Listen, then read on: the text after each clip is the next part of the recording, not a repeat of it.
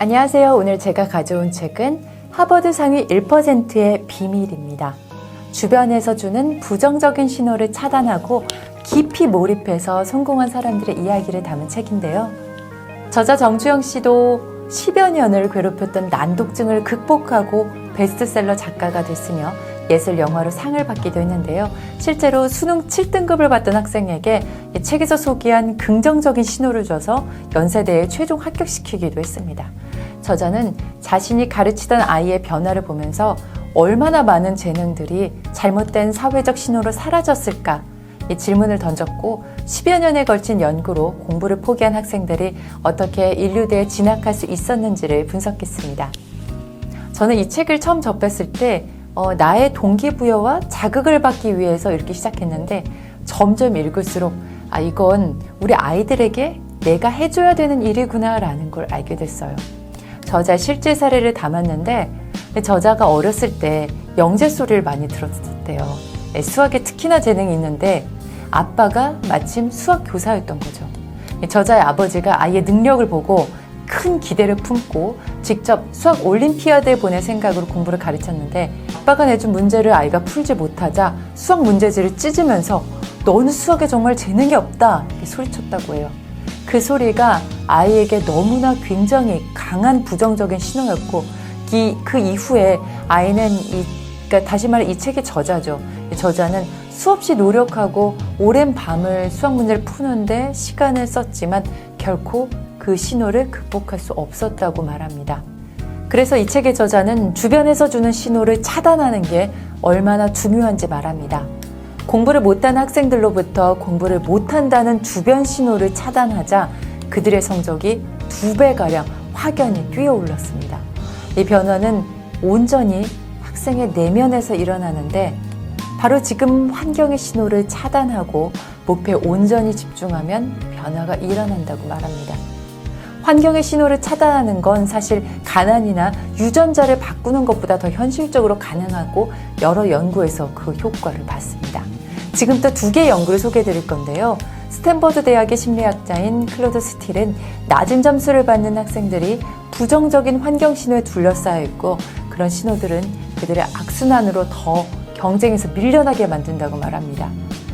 스틸은 하위권 학생들에게 상위권과 비교당하던 부정적 환경 신호를 모두 차단하고 이 공부는 나의 힘을 키우는 의미 있는 경험이다라는 긍정적인 신호만 보냈어요. 이 신호 외에는 선생님도 같고 교과서, 시험지 역시 이전과 같았습니다. 그런데 이 신호만으로도 변변찮은 주립대학이나 갔을 학생들이 아이비리그 입학장을 가지고 왔습니다. 2번째 연구는 반대로 긍정적인 신호를 꺼버리는 거였어요. 하버드 심리학자 헤더 그레이 교수는 상위권 학생들을 향한 성적에 대한 긍정적인 신호를 모두 꺼버렸습니다. 그러자 자신의 우월함을 더는 확인할 수 없는 상황이 된 상위권 학생들의 성적이 현저하게 떨어졌습니다. 그러다 중위권 학생들과 다시 경쟁하게 되자 상위권 학생들의 성적이 눈에 띄게 다시 올라갔습니다. 즉, 중위권 학생들이 가지는 열등감이 상위권 학생들에게는 우월감을 느끼는 연료로 쓰이는 거죠. 특히 그 우월감에 대한 신호가 노골적일 때보다 은근히 배어있을 때 이 상위권 학생들의 성적은 눈에 띄게 높아졌습니다. 마치 자신들의 특권을 즐기는 듯이 성적이 올라갔지만 정작 그 연료가 사라지면 상위권 학생들의 성적도 뚝 떨어졌습니다. 한마디로 누군가의 낮은 위치와 무너진 열등감은 반대로 누군가에게는 조용한 우월감과 성취감이 되는 거죠. 환경의 신호가 누군가에게는 선순환이 되지만 동시에 누군가에게는 악순환이 되는 겁니다. 특정 분야에서 성공한 사람들의 그 성공 과정을 추적할 때 우리는 먼저 그 사람이 기울였던 많은 노력의 시간을 봅니다. 아니면 그 사람이 태어났을 때 재능을 한 움큼 쥐고 태어났는지 또는 부모가 그 아이의 재능을 얼마나 지지했는지 등도 평가할 수 있죠. 하지만 과연 이게 우리가 말하는 성공의 전부일까요? 세계 유수의 심리학자들은 보통의 우리보다 근본적으로 이 문제를 오랫동안 고심해왔고 그리고 그들의 연구에서 발견한 놀라운 사실은 개인의 소박한 의지보다는 그들을 둘러싼 이 긍정적인 환경의 신호들이 그들을 순환적으로 더 노력하게 만들었다는 점입니다. 우리가 잘 아는 퀴리 부인 마리 퀴리는 눈으로 보이지 않는 방사능을 밝히면서 동시에 사람에게도 보이지 않는 내면의 힘이 존재한다는 것을 자신의 삶으로 증명했습니다. 그녀가 있었던 1880년대 유럽에서 여자가 대학을 들어간다는 건 거의 불가능에 가까웠어요. 들어간다면 그 집안이 제정신이 아니거나 동성애자로 봤죠. 교사 집안에서 자란 영리한 퀴리는 부유한 집안의 가정교사를 적합했고 부잣집 도련님을 키우는 하녀 생활을 하던 퀴리는 모든 걸 걸고 마치 악몽에서부터 빠져나왔다고 본인의 일기에 표현한 것처럼 파리로 날아갔습니다. 그리고 다짐의 문구를 새겼습니다. 첫 번째 원칙, 다른 사람이나 사건에 패하도록 자신을 내버려 두지 말자. 퀴리는 부모님을 포함해서 자신 주변의 부정적인 신호들을 모두 차단했습니다. 홀로 살고 있다는 생각, 날 도울 사람이 아무도 없고 매사를 스스로 해결해야 한다는 사실, 이 현실은 내 모든 정신을 공부에 집중하게 했다.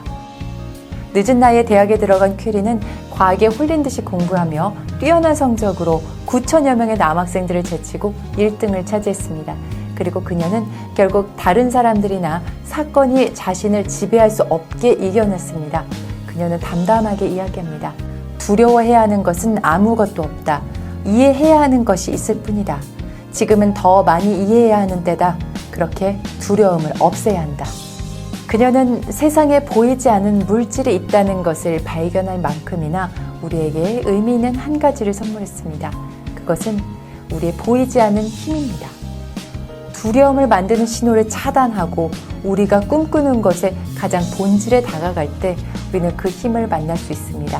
그렇게 우리는 새로운 변화를 만들어야 합니다.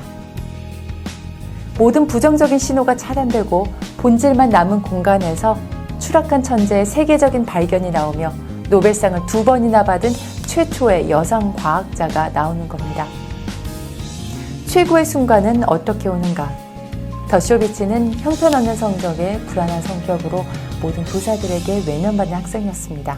성적표는 거의 F학점이었고 교사들은 대학 진학 대신 기술자를 권했습니다. 심지어 어떤 선생님은 그에게 너는 과거에도 열등생이었고 현재도 앞으로도 늘 열등생일 거야 라고 말했습니다. 그런 그가 하버드 최연소 전임 교수가 됐습니다. 더쇼비치는 자신의 자서전에 이렇게 썼습니다. 부모님은 나를 사랑하셨지만 한 번도 내가 똑똑하다고 말해준 적이 없었다. 고등학교 성적표에 기록된 내 점수가 나는 공부와는 상관없는 길을 걸을 것이라고 말해줬다. 아무도 나를 인정하지 않았지만 오랫동안 나는 내 학업적 가능성을 권위 있는 누군가가 인정해주길 바랐다.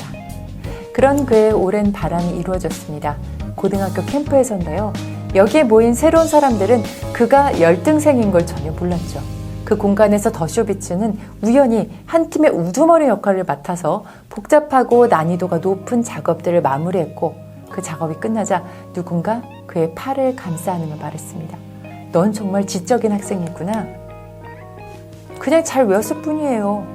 퉁명스럽게 그가 대답했지만 상대는 다시 한번 긍정적인 신호를 줬습니다. 네가 방금 보여준 건 암기 이상의 지적인 활동이었어.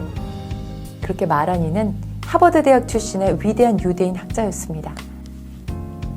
하버드 학자가 자신의 지적 능력을 인정하자 더쇼비치는 자신이 가진 내면의 힘을 의심할 필요 없이 받아들였습니다. 몇 달 동안 그는 온 힘을 다해 공부했고 고등학교 50명에서 꼴찌였던 그의 성적표는 2천여 명이 속한 대학에서 1등을 달렸고 미국에서 170명만 선택받을 수 있는 예일 대학 로스쿨에서도 1등이 되었습니다. 그리고 세계 최고 하버드 로스쿨에서 최연소 교수가 됐습니다. 그렇게 인생의 방향을 바꿀 수 있었던 터닝 포인트는 캠프에서 내가 만났던 최초의 신호였다. 그것은 내가 똑똑하다고 누군가가 진지하게 말해줬다는 것이다. 이제 여기서 우리가 처음 가졌던 질문을 다시 생각해 봐야 합니다. 왜 모든 인간이 무한한 잠재력을 가지고 태어나면서 그중 몇 사람만이 자아를 실현하는 걸까요? 정말 탁월하다고 여겨지는 그들은 우리와는 다른 존재일까요? 메슬로는 우리 자신이 스스로를 먼저 평범하다고 생각하고 위대한 꿈을 품지 않는 모습을 요나 콤플렉스라고 부릅니다. 성서에 나오는 요나는 중대한 사명을 주는 신의 부름에 겁을 먹고 도망치는 소심한 상인의 이름입니다.